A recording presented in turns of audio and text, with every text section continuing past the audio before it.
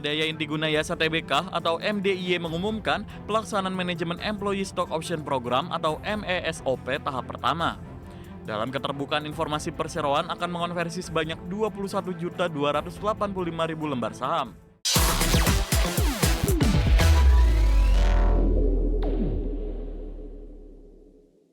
Pemirsa, pengelola gerai Mr. DIY PT Daya Intiguna Yasa Tbk resmi memulai program kepemilikan saham karyawan atau MESOP tahap pertama, di mana perseroan akan mengkonversi lebih dari 21 juta lembar saham baru dengan harga pelaksanaan Rp1.650 per saham.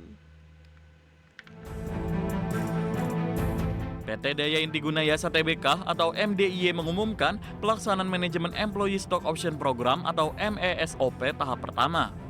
Dalam keterbukaan informasi perseroan akan mengonversi sebanyak 21.285.000 lembar saham.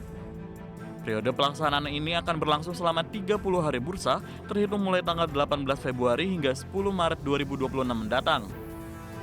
Harga tebus yang ditetapkan untuk aksi korporasi ini mencapai Rp1.650 per lembar saham. Program MESOP ini merupakan bagian dari janji perseroan saat melakukan penawaran umum perdana atau IPO dengan total alokasi mencapai 514 juta lembar saham baru. Jumlah tersebut setara dengan 2,041% dari modal ditempatkan dan disetor penuh perseroan. Pelaksanaan tahap pertama ini mencakup 50% dari hak opsi yang tersedia, sementara untuk tahap kedua akan ditentukan kemudian oleh Dewan Komisaris. Hingga perdagangan Senin kemarin, harga saham MDIY terpantau bergerak stagnan di level Rp940 per lembar saham. Adapun, menariknya, harga pelaksanaan MESOP sebesar Rp1.650 berada jauh di atas harga pasar saat ini. Aksi korporasi ini diharapkan dapat meningkatkan loyalitas serta produktivitas manajemen dan karyawan dalam mendukung ekspansi gerai Mr. DIY di seluruh wilayah Indonesia di masa depan. Berbagai sumber IDX Channel. Pemirsa, PT Intiland Development Tbk atau DILD memperluas lini usahanya dengan memasuki bisnis pusat data atau data center melalui layanan bertajuk DCLand. Langkah ini menjadi bagian dari strategi diversifikasi perusahaan untuk menangkap peluang pertumbuhan ekonomi digital yang terus berkembang di Indonesia. PT Intiland Development Tbk memperkenalkan DCLand sebagai layanan pusat data yang berbasis di Surabaya.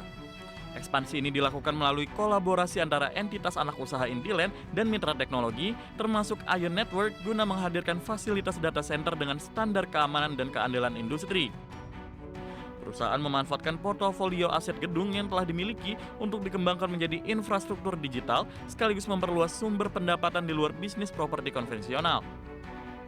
Manajemen menyebutkan kebutuhan terhadap layanan penyimpanan data, komputasi awan, serta dukungan sistem digital terus meningkat seiring transformasi teknologi di berbagai sektor industri.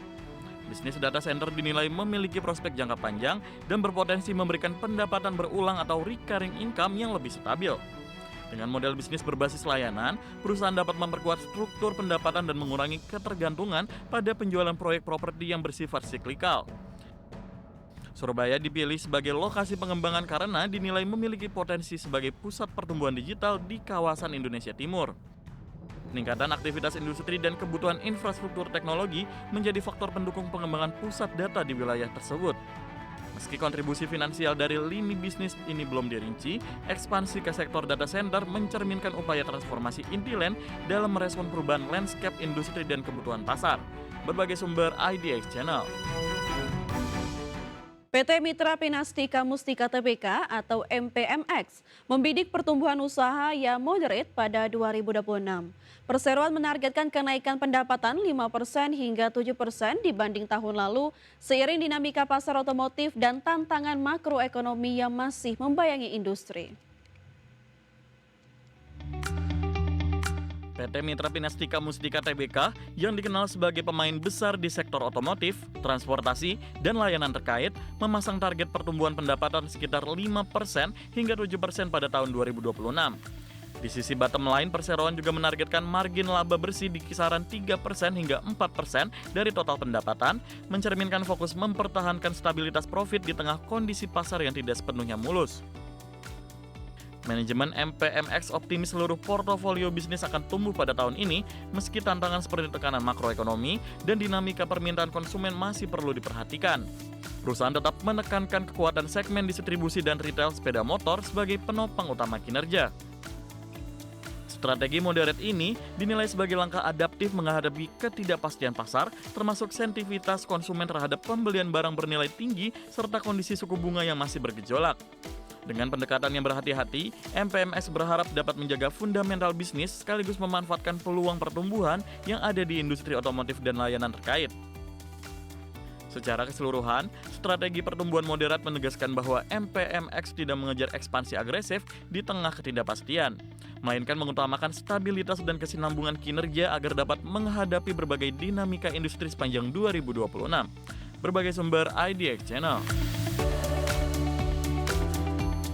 Otoritas Jasa Keuangan telah menjatuhkan denda kepada 3.418 pihak yang terbukti melakukan pelanggaran di pasar modal sejak tahun 2022 hingga Januari 2026. Langkah ini dilakukan sebagai bentuk penegakan hukum untuk menjaga integritas dan kepercayaan pasar modal. Secara total, denda yang dijatuhkan mencapai 542 miliar rupiah lebih. Deputi Komisioner Pengawasan Pengelolaan Investasi Pasar Modal dan Lembaga Efek OJK, Edi Manindo mengatakan, dari pelanggaran substantif tersebut, OJK mengungkap bahwa 240,65 miliar rupiah dikenakan karena keterlibatan 151 pihak dalam praktik manipulasi perdagangan saham, termasuk pola seperti pump and dump, wash sale, dan pre-arranged trade yang menyimpang dari perilaku pasar normal. Selain denda moneter, OJK juga menjatuhkan sanksi administratif lain, antara lain pembekuan izin usaha terhadap 9 pihak, pencabutan izin usaha terhadap 28 pihak, serta perintah tertulis kepada lebih dari 100 pihak untuk melakukan perbaikan dan mematuhi ketentuan pasar modal. Edi menambahkan, praktik manipulasi harga di pasar modal berasal dari penawaran umum perdana saham atau IPO. Hal ini terjadi pada mekanisme penjahatan saham yang tidak mencerminkan kondisi dan komposisi investor sebenarnya. Selain denda, OJK juga menjatuhkan sanksi administratif lain, antara lain pembekuan izin terhadap 9 pihak, pencabutan izin 28 pihak, serta 116 perintah tertulis. Mana dari 382,58 miliar ini, itu 240,65 miliar itu dikenakan karena terkait manipulasi perdagangan saham.